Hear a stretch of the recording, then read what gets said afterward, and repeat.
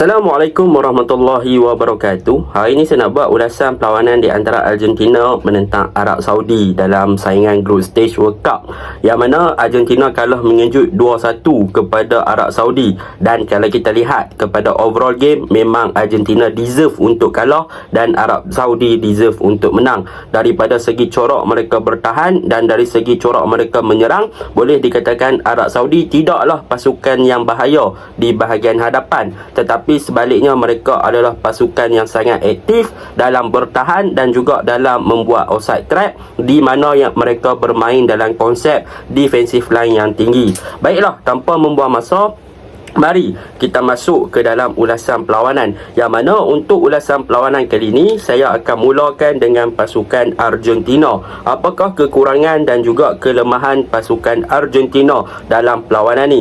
Yang pertama, kelemahan yang ketara yang ditunjukkan oleh pasukan Argentina adalah daripada segi formation shape ataupun bentuk formation mereka di dalam perlawanan ini. Yang mana kalau kita lihat pada perlawanan ni, Argentina bermain dalam konsep ataupun formation 4-2-4, yang mana 4-2-4 ni adalah dari segi untuk mereka overload di bahagian attacking dengan 4 striker yang boleh dikatakan dominate di bahagian tengah dan juga dominate di bahagian winger ataupun bahagian flank lah. Cumanya apa yang menjadi permasalahan kepada pasukan Argentina adalah daripada segi variation ataupun daripada segi cara mereka menyerang ke arah gawang Arab Saudi, yang mana boleh saya katakan Argentina hanya menggunakan satu corak permainan tanpa ada variation ataupun kepelbagaian dalam mereka menyerang. Kita boleh lihat daripada segi corak serangan yang dilakukan oleh pasukan Argentina, semuanya berpaksi ataupun mencari player-player di bahagian winger, sama ada di bahagian kanan di Maria, di bahagian kiri di first half adalah Tagliafico dan juga di second half adalah Acuna. Jadi apa yang dilakukan oleh Arab Saudi untuk counter daripada segi corak serangan pasukan Argentina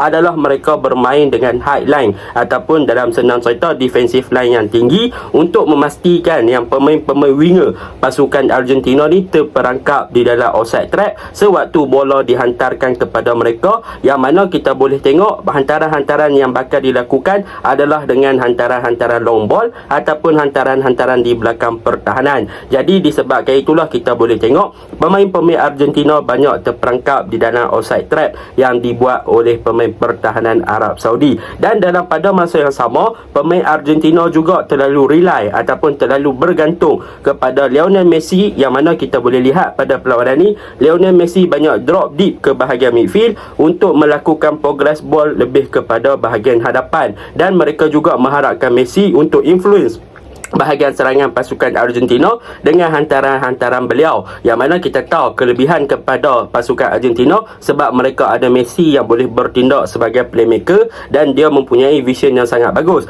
Tetapi dalam perlawanan ni kita boleh lihat Messi seakan-akan terkaku ataupun terdiam apabila beliau tak boleh nak membuat hantaran-hantaran killer passing ke bahagian hadapan, apabila banyak pemain-pemain hadapan pasukan Argentina, Lautaro, Di Maria, Tagliafico dan sebagainya terperangkap di dalam offside trap yang dilakukan oleh pertahanan Arab Saudi. Jadi benda tu sedikit bermasalah lah kepada bahagian tengah pasukan Argentina. Dan kalau kita lihat juga di bahagian first half, di bahagian tengah Argentina menggunakan Paredes dan juga Rodrigo Di Paul dan juga Papu Gomez. Tetapi sayang, pemain-pemain tengah pasukan Argentina ni sedikit tidak membantu kepada bahagian hadapan daripada segi progress the ball. Dahlah bermain dalam formation 4-2-4, jadi mereka tak ada player yang banyak untuk overload di bahagian midfield. Jadi apabila mereka dalam cubaan untuk melakukan build up daripada bawah ataupun apabila sampai di bahagian tengah, dua midfield pasukan Argentina ni tak boleh nak progress ataupun tak boleh nak bina combination play antara bahagian tengah ke bahagian hadapan dengan sangat baik. Bahkan mereka cuba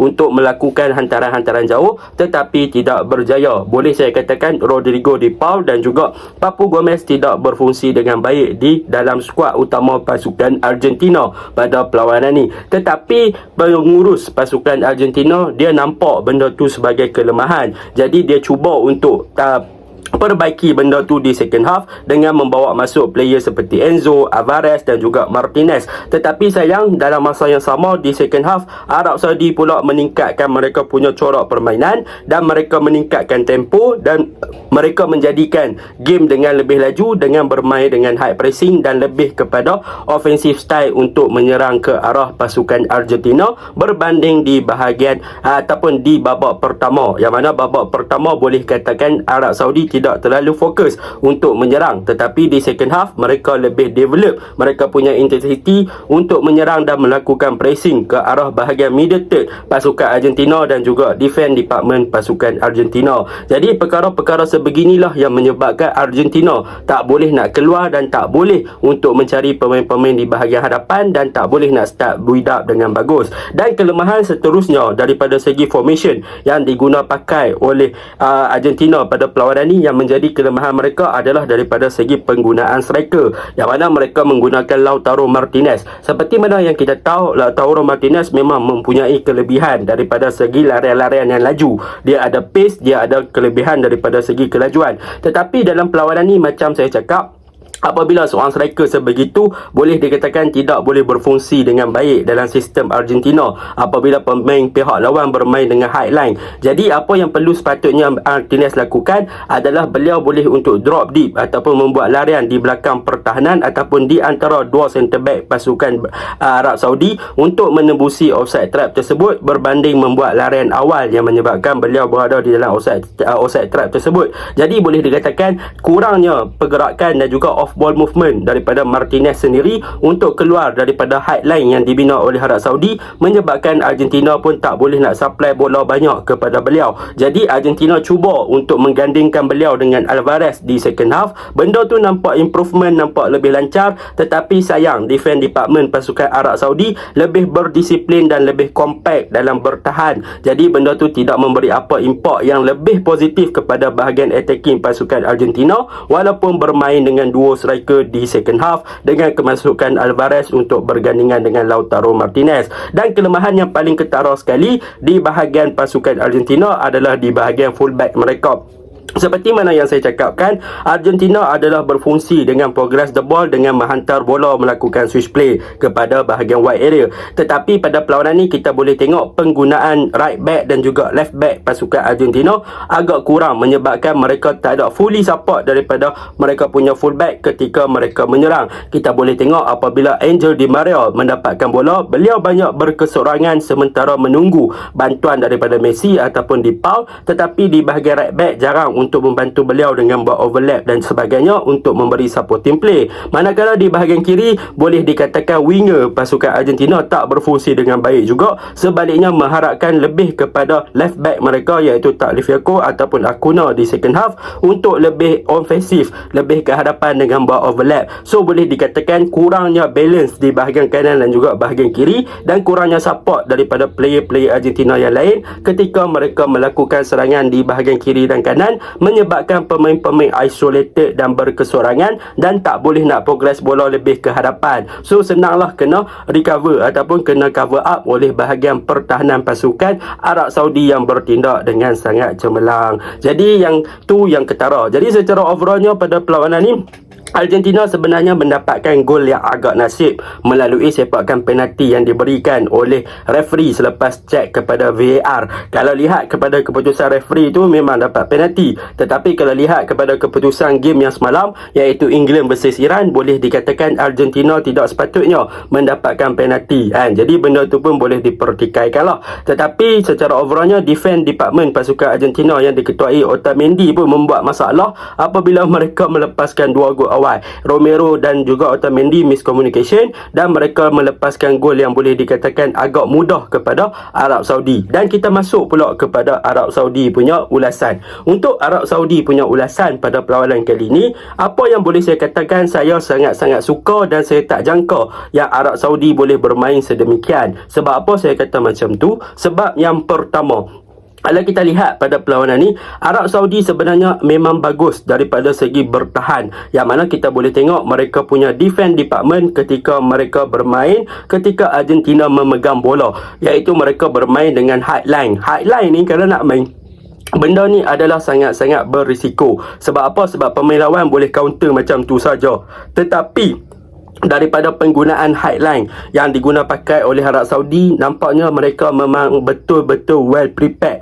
Bermaksud mereka memang bersedia untuk penggunaan daripada highline tersebut untuk counter pemain pihak lawan yang bermain seperti Argentina dalam formation 4-2-4. Dan hasilnya kita boleh tengok highline yang dibentuk oleh pasukan Arab Saudi pada perlawanan semalam, memang pemain Arab Saudi pada perlawanan tadi memang sangat-sangat cemerlang, memang sangat-sangat bagus. Jadi boleh saya katakan itu adalah kunci rahsia lah. Mereka punya disiplin, komunikasi dan juga line chemistry antara satu sama lain boleh dibentuk dengan sangat mudah untuk memerangkap bahagian attacking pasukan Argentina. Itu yang pertama. Yang kedua, kita juga boleh bagi pujian kepada dua centre back pasukan Arab Saudi yang bertindak dengan sangat cemerlang. Selain daripada offside trap yang mereka lakukan dan bermain dalam highline, mereka juga banyak melakukan perfect tackling dan juga tackle yang di mana boleh dikatakan perfect time, right time lah, yang mana mereka mengeluarkan ataupun melakukan interception untuk memastikan yang pemain-pemain Argentina tak melakukan percubaan ke arah gawang mereka. Dan dalam situasi tersebut, sekiranya Argentina melakukan percubaan, boleh dikatakan hampir 100% Argentina boleh skor. Jadi itu pun kita boleh puji untuk dua centre back pasukan Arab Saudi. Yang ketiga, apa yang boleh saya katakan, goalkeeper Arab Saudi memang sangat-sangat cemerlang pada perlawanan ni dalam segi pembacaan game dan daripada segi situasi one on one, yang mana boleh saya katakan beliau berani untuk keluar berhadapan dengan situasi one on one, dan beliau juga berani untuk keluar dengan menangkap bola ketika situasi set pieces dan dalam situasi ketika Argentina menghantar bola dari dalam kotak penalti dan menyelamatkan beberapa crucial save dan juga melakukan brilliant save lah untuk memastikan yang gawang beliau tidak dibolosi. Dan kalau kita lihat pada perlawanan ni, sebenarnya Arab Saudi lebih kepada bermain dengan high press, tetapi pressing yang mereka lakukan adalah sangat-sangat gap. Kalau kita tengok defense department dengan midfield department, memang gap mereka terlalu jauh. Dan kalau kita tengok juga attacking department daripada pasukan Arab Saudi, mereka juga agak jauh. Tetapi pressing dan juga yang mereka lakukan di first half dan juga second half sebenarnya menyebabkan Argentina hilang akal ataupun boleh dikatakan mati akal, maafkan saya, bukan hilang akal, untuk melakukan penetration run ataupun penetration build up ataupun passing ke arah Arab Saudi. Jadi apabila mereka bermain dengan semi press yang dilakukan oleh Arab Saudi tersebut, maka pemain-pemain Argentina ni cepat kehilangan bola. Bahkan kalau kita lihat kepada dua gol yang terhasil daripada Arab Saudi, mereka tidak menggunakan player yang banyak untuk skor daripada dua gol tersebut. Hanya ada pelibatan 3 ke 4 player sahaja di bahagian attacking untuk mereka menjaringkan dua gol. Ini membuktikan yang Arab Saudi sebenarnya daripada segi pressing ataupun daripada segi memberi tekanan, mereka tidaklah terlalu dalam bentuk menyerang. Mereka lebih kepada bentuk hanya untuk memberi ancaman dan juga tekanan kepada pemain-pemain Argentina. Dan perkara ni menyebabkan pemain-pemain Argentina tak boleh nak bermain di bawah under pressure ataupun di under pressure lah. So benda tu yang menyebabkan Argentina tak boleh nak absorb dan tak boleh nak keluar daripada tekanan yang diberikan. Jadi memang Arab Saudi daripada segi defending shape mereka bagus, cumanya daripada segi attacking shape mereka tidak terlalu bagus, semi press mereka juga tidak terlalu bagus. Tetapi mereka berjaya mematikan pasukan Argentina daripada segi build up dan juga offside trap yang mereka lakukan. Maka mereka memanfaatkan peluang yang ada di bahagian hadapan untuk menjaringkan 2 gol. So benda tu boleh saya katakan master mind tactical yang sangat genius daripada coach Arab Saudi. So memang orang kata apa, deserve victory lah untuk pasukan Arab Saudi. Jadi itu je lah ulasan saya. Assalamualaikum.